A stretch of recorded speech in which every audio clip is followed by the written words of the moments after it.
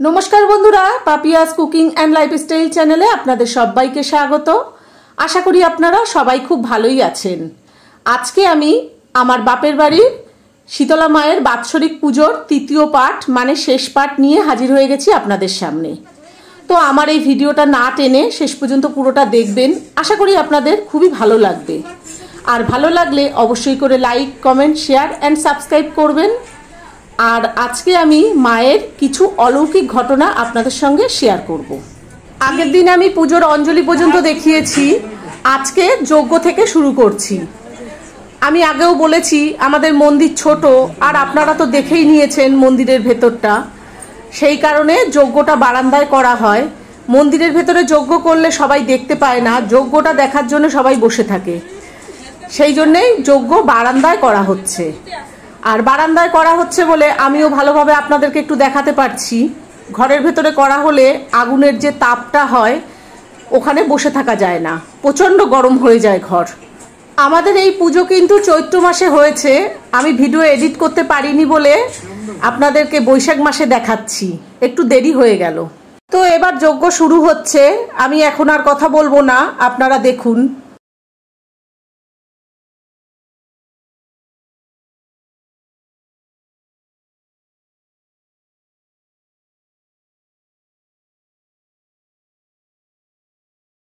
আগের দিন আমি আমার জীবনের যে ঘটনাটা বলেছিলাম ওটা তো একটু টাচ করে গেছিলাম, আজকে একটু খুলে বলি আপনাদেরকে। যখন আমার 5-6 বছর বয়সে ডিপথেরিয়া হয়েছিল, আমি আইডি হসপিটালে ভর্তি ছিলাম। তো আইডি হসপিটালে বাড়ির লোককে ভেতরে ঢুকতে দেয় না। 14 দিনের দিন বিকালবেলায় ডাক্তারবাবু আমার বাবা মাকে ডেকে বললেন যে আপনারা একটু দেখে যান, ভেতরে এসে মেয়েকে দেখে যান। আমার বাবা মা যখন ভেতরে দেখতে গেলেন তখন দেখছে স্যালাইন চলছে, অক্সিজেন চলছে, 4 হাত পা বেডের সঙ্গে বাঁধা রয়েছে। তো দেখে মার তো খুব কষ্ট, বাবারও খুব কষ্ট হচ্ছে। তখন ডাক্তারবাবু বললেন যে ঘটনাটা বললাম আগের দিন ভিডিওতে, যে সব শেষ, আর আমাদের হাতে কিছু নেই, আপনারা ঠাকুরকে ডাকুন। আর আজকে রাত্রিবেলায় কিন্তু আপনারা বাড়িতে যাবেন না, এখানেই থাকবেন। বাইরে এসে আমার মা চিন্তা করলেন, আমার দাদা ছিল বাড়িতে, আমার দিদি মামা বাড়িতে থাকতো, তো ছেলেটাকে রেখে এসছি পাড়ার লোকের কাছে, আমার তো বাড়িতে যেতেই হবে। আর আমার বাড়িতে যে আছেন তার সঙ্গে তো আমার একটু হিসাব বোঝাপড়া করতেই হবে। মা খুব মনে জোর নিয়ে বাড়িতে চলে এসেছে।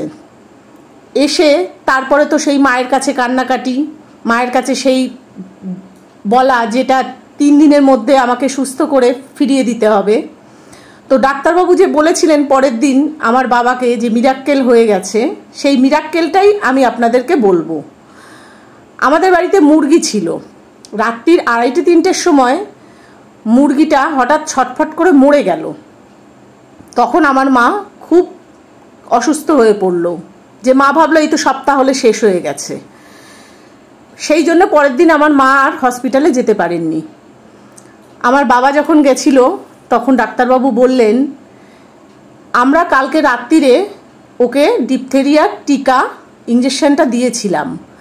এবার ওই ইঞ্জেকশনটা এতটাই হার্ডি যে ওইটুকু বাচ্চা নিতে পারবে না। কিন্তু হঠাৎ রাত্রির বেলায় কী হলো জানি না, আমরা ওকে সারা রাত ওয়াচ করেছি যে কি হয় না হয় দেখার জন্য।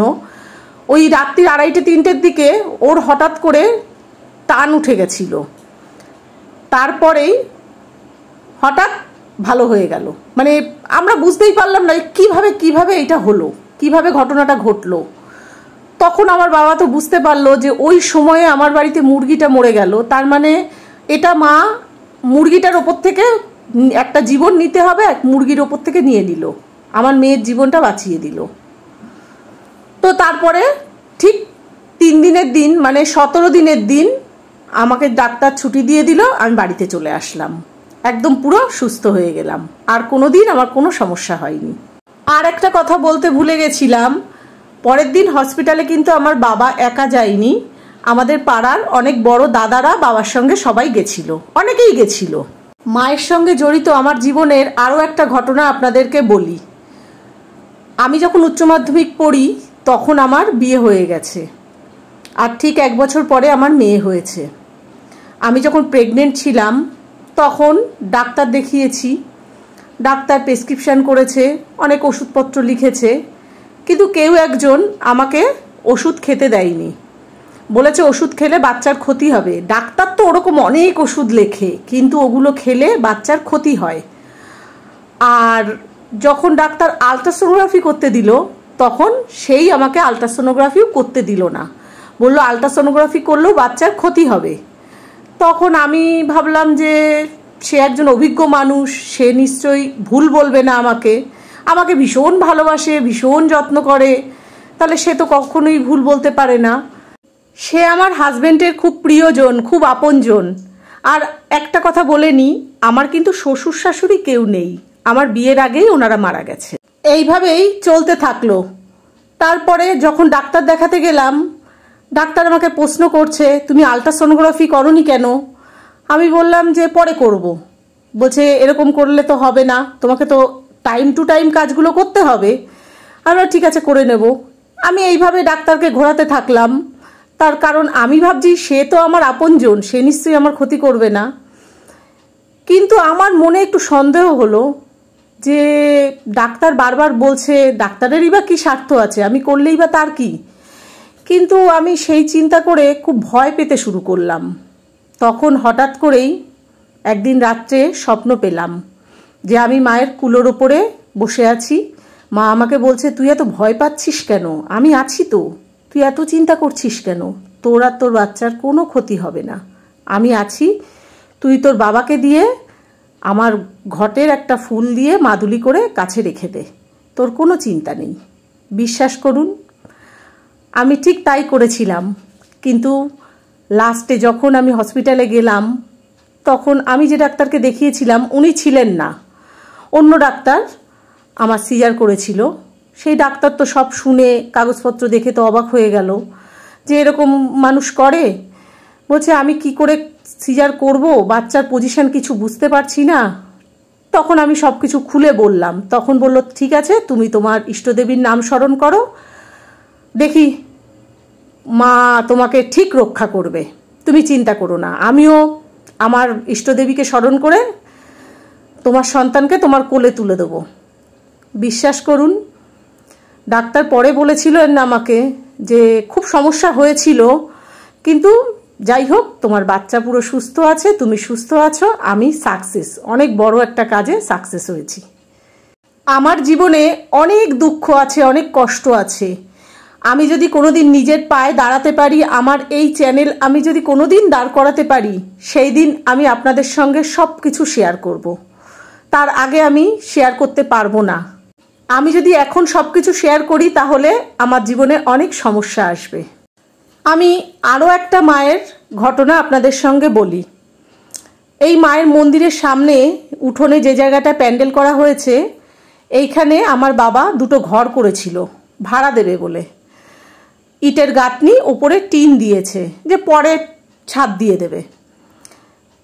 এবার ঘর হয়ে গেছে, ঘরের কাজ কমপ্লিট হওয়ার পরে পুজো, ঠিক এরকমই এক বছরের বাৎসরিক পুজো। তখন আমাদের প্রায় 1000 লোক হতো, 1500 কাছে লোক হতো, সবাই রাত্রে খাওয়া দাওয়া হতো এখানে। তা এরকম প্রচুর লোক বাড়িতে আসছে, মানে জায়গা দেওয়া যাচ্ছে না এরকম অবস্থা। তখন একজন মানে তারা ফ্যামিলি ধরে খাওয়া দাওয়া করছে, তাদের ছোট বাচ্চা ছিল, বাচ্চাটা খাওয়া হয়ে গেছে, তো ও এঁঠো হাতে বসে থাকবে। তা আমাদের পাড়ারই বৌদি বলে ডাকি, তা বৌদি আমাকে বলল কি যে মনা ওকে একটু হাতটা ধুয়ে দে তো। তা আমি ওকে একটু হাত মুখ ধুয়ে দিচ্ছিলাম। সেই সময় আমাদের বাড়িতে একজন ভাড়া থাকতেন, ওনাকে আমরা বউ পিসি বলে ডাকতাম। উনি উড়িয়া, ওনার ছেলে মেয়ে ছিল না, ওরা এখানেই থাকতো, স্বামী স্ত্রী দুইজন, পিসি আর পিসেমশাই এখানে থাকতেন। তো আমাদের বাড়িতে তখন ভাড়া ছিল। বউ পিসি কিছু একটা কারণে আমি ওকে যখন হাত মুখ ধোয়াচ্ছি সেখানে গেছিল, তা আমার ওড়নাটা গায়ের থেকে পড়ে যাচ্ছে। এটা আমার বিয়ের আগের ঘটনা। ওড়নাটা গায়ের থেকে পড়ে যাচ্ছে, আমি ওড়নাটা হাত উঁচু করে তুলতে গেছি কাঁধের ওপরে, তখন ওই বউ পিসির গায়ে একটু আমার হাতটা লেগে গেছে, পেছনে ছিল আমি দেখতে পাইনি। তো ওখানেই উনি দাঁত মুখ কেটে পড়ে গেছেন। তো আমি তো ভীষণ ভয় পেয়ে গেছি যে কি হলো কি হলো। তখন আমি চিৎকার করলে সবাই গেছে, গিয়ে ওনাকে তুলে নিয়ে মন্দিরের বারান্দা শুইয়ে দিয়েছে যে মায়ের কাছে নিয়ে যাই, হঠাৎ করে কি হলো। তখন আমি বললাম এই ঘটনা। তো সবাই বলছে এরকম তো হওয়ার কথা না, আর তার কোনো রোগ নেই, বহু বছর ধরে আমাদের এখানে থাকে, আমাদের আশেপাশে অনেক বাড়িতে ভাড়া থাকতো, তাহলে এরকম হলো কি করে। পরে আস্তে আস্তে দেখছি উনি অনেক রকম কথা বলতে শুরু করে দিল, মানে ওনাকে মা ভর করেছে। এবার উনি বলছেন পুজোর সব কিছুই ঠিক আছে, কিন্তু আমাদের একটা ত্রুটি হয়েছে। কি ত্রুটি? বলছে আমার চলাচলের রাস্তা বন্ধ করে দিয়েছিস তোরা। তা আমার বাবা জিজ্ঞাসা করলো যে মা আমি কি করে তোমার রাস্তা বন্ধ করে দিলাম? তা তখন বলছে যে মন্দিরের সামনে তুই ঘর করেছিস, আমি এখান থেকে চলাচল করি। আপনারা আগের দিনের ভিডিওতে হয়তো দেখেছেন, যেখানে রান্না হচ্ছে, মায়ের ভোগের রান্না হচ্ছে, সেখানেই মাকে রাখা আছে, আগের দিনের মাকে রাখা আছে। এই রাস্তা থেকেই উনি চলাচল করেন। তখন তো আমরা জানতাম না এই ব্যাপারগুলো। দুটো ঘর ইটের গাঁথনি দিয়ে ওপরে টিন দেওয়া, বিশ্বাস করেন নিমেষের ভেতরে পাড়ার লোকজন মিলে একটা ঘর ভেঙে ফেললো। উনি বললেন একটা ঘর ভাঙতে, দেখিয়ে দিলেন, বললে ওই ঘরটা ভেঙে ফেল, আমি ওই রাস্তা থেকে চলাচল করি। তারপরে সেই পাড়ার লোকজন মিলে নিমেষের ভেতর সেই ঘর ভেঙে ফেললো, ফেলে একদম পুরো মেঝো, পাকা শান করা মেঝো, সিমেন্ট করা মেঝো, সেই মেঝো ভেঙে ফেলে পুরো মাটি বের করে দিল। 3 দিন ওনার ওই রকম অবস্থা ছিল। উনি কারোর হাতে জল খেতেন না, খুব ছুঁচি পাইছিল, কিন্তু সেই 3 দিন ওই মায়ের কাছে পড়ে রয়েছে, ওই ধুলোর ভেতরে, মানে মেঝেতে মায়ের মন্দির হলো, বারান্দায় তো ধুলো আছে, সেখানেই পড়ে আছে। ওনার কোনো হুঁশ নেই, কোনো কিচ্ছু নেই। উনি কখনো কোনোদিন মাটিতে বসতেন না, এইরকম ছুঁচি পাইছিল। তারপরে ওখানে 3 দিন ওইভাবে থাকার পরে তার মধ্যে আমরা জিজ্ঞাসা করেছি, কারণ একটা মানুষ তো, সে যতই মা ভর করুক তবুও সে তো মানুষ, তাকে তো খাওয়াতে হবে। তখন আমরা জিজ্ঞাসা করেছি, তখন মা বলেছিলেন আমার হাতে রান্না খাবে, মানে ওই বউ পিসির মুখ থেকে আর কি বেরোলো যে ওর হাতে রান্না খাবো, ছোট মেয়ে রান্না করে দেবে, আমি খাবো। তারপরে আমি তো তখন অত ভালো রান্না করতে পারি না, মানে বিয়ের আগের ঘটনা, আমি যা পেরেছি, মানে মুখে দেবো না, টেস্ট করবো না, আন্দাজে রান্না করতে হবে, সেইভাবে কোনো রকম একটু ডাল তরকারি ভাত এই রান্না করে দিয়ে ওনাকে খাইয়েছি। খেয়েছিলেন, সামান্য খেয়েছিলেন, ওনাকে খাইয়েছি। তারপরে ঠিক 3 দিন পরে আস্তে আস্তে মন্দির থেকে উঠে টাল খেতে খেতে ঠিক যেখানে মায়ের পুরনো মূর্তি রাখা আছে ওখানটায় গিয়ে পড়ে গেলেন। আর আপনারা খেয়াল করেছেন কিনা জানি না, ওখানে কিন্তু প্রচুর গাছপালা, একটু ঢাল মতন, পড়ে অনেকটা গড়িয়ে গেল। তারপরে ওনাকে সবাই ধরে তুলে নিয়ে আসলো, নিয়ে এসে মন্দিরের বারান্দায় শুয়ে দিল, জল টল ছিটালে ওনার জ্ঞান ফিরে আসলো। পরে জিজ্ঞেস করছে আমার কি হয়েছে, আমার কেমন গা হাত পা ব্যথা, শরীরটা ভালো না। আর ওনার কোনোদিন ভর হয়নি, আর উনি একটু কেমন হয়ে গেছে, সেই আগের মতন আর নেই, অন্যরকম হয়ে গেছে। তো বন্ধুরা, আমি মায়ের সম্পর্কে অনেক কিছুই বললাম আপনাদেরকে, বলতে বলতে যজ্ঞও কিন্তু শেষ হয়ে গেল। আর আজকে আমি যা যা বললাম সবটাই একদমই আমার জীবনের সঙ্গে জড়িত ঘটনা। এরকম ঠিক অনেক ঘটনা মায়ের আছে, অনেক দূর দূরান্ত থেকেও মানুষ আসেন, উপকার পায়, যে কারণের জন্যই সবাই আসে। এরকম অনেক ঘটনা আছে, এই ভিডিওতে তো এত বলা সম্ভব না, তবু আমি কিছুটা আপনাদের সঙ্গে শেয়ার করলাম। পরে যদি আবার সুযোগ পাই, আবার নিশ্চয়ই আরও কিছু ঘটনা আপনাদের সঙ্গে শেয়ার করব। এবার আমি মন্দিরে চলে এসেছি। তুমি থাকো, তুমি করো না কাজ,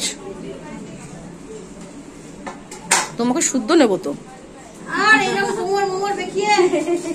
ওটাই তো আমার দেখাবো সবাইকে। তো দেখুন মায়ের পুজো কিন্তু শেষ হয়ে গেছে। এবার আমার বৌদি ঢুকেছে মন্দিরে, এগুলো সব গোছাতে হবে। তারপরে সবাই পুজো দিয়েছে, তাদের বাটা দিতে হবে।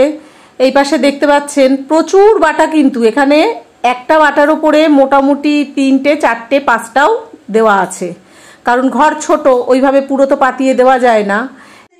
আর আমি যে কুলোর কথা বলেছিলাম, দেখুন মায়ের পায়ের কাছে কুলো রাখা আছে, আর এই পাশে মাকে যে ভোগ দেওয়া হয় সেই অন্নভোগ রাখা আছে।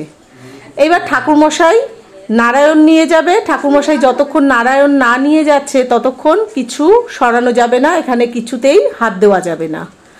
আর পুজো হয়ে গেলে সবাই কিন্তু ব্যস্ত হয়ে যায়, কারণ তাদের বাটা নিয়ে যেতে পারলে তাদেরও একটু সুবিধা হয়। পুজোর সময় বসে থাকে, উপোস করে বসে থাকে, এবার একবারে বাটাটা নিয়ে চলে গেলে তাদের ঝামেলা মিটে যায়। পরে রাত্রিরে আবার প্রসাদ খেতে আসবে।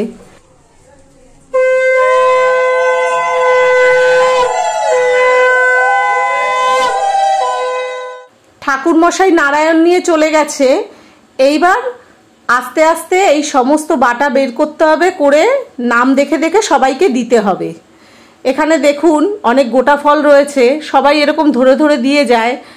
এবার এত কেটে দেওয়ার মতন লোক আমাদের নেই যে এই সব ধরে ধরে কেটে দেবে, ওই জন্য আমরা সব গোটাই দিয়ে দিই, যে যেমনভাবে দিয়ে যায় ওইভাবেই দিয়ে দিই। আর আমাদেরও কিছু গোটা ফল দেওয়া হয় যেগুলো পরে প্রসাদে সবাইকে দিতে হয়। তো এরপরে আমি আর ভিডিও বানাতে পারিনি, একবারে সন্ধেবেলায় আমি চলে এসেছি এই ভিডিওটা নিয়ে।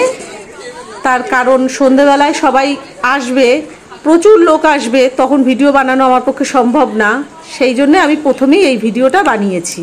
সন্ধেবেলায় অল্প কিছু লোক এসেছে, সেই জন্যে আমি সন্ধেবেলায় আপনাদেরকে একটু দেখিয়ে দিচ্ছি।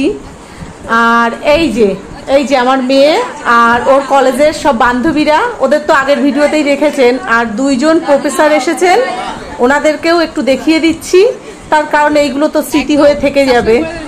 আমার মেয়ে আবার স্যারকে বলছে, স্যার আমার মায়ের চ্যানেলটা সাবস্ক্রাইব করে দেবেন। অবস্থাটা চিন্তা করেন। আমি মেয়ের কলেজে নিমন্ত্রণ করেছিলাম, সবাই তো আসতে পারে না, অনেক দূরে থাকে, সেই জন্যে দুইজন স্যার এসেছেন। আর এরপরে আর ভিডিও বানাতে পারিনি, এটা পরের দিনে আমি বানিয়ে নিয়েছি আপনাদেরকে একটু দেখানোর জন্য যে মায়ের শাড়িটা চেঞ্জ হয়ে গেছে।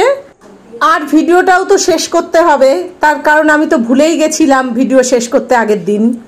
তো আজকে আমার ভিডিও আপনাদের কেমন লেগেছে বা মায়ের অলৌকিক ঘটনার কথা কেমন লেগেছে অবশ্যই কমেন্ট করে জানাবেন। আর এতক্ষণ আমার সঙ্গে থাকার জন্য অসংখ্য অসংখ্য ধন্যবাদ।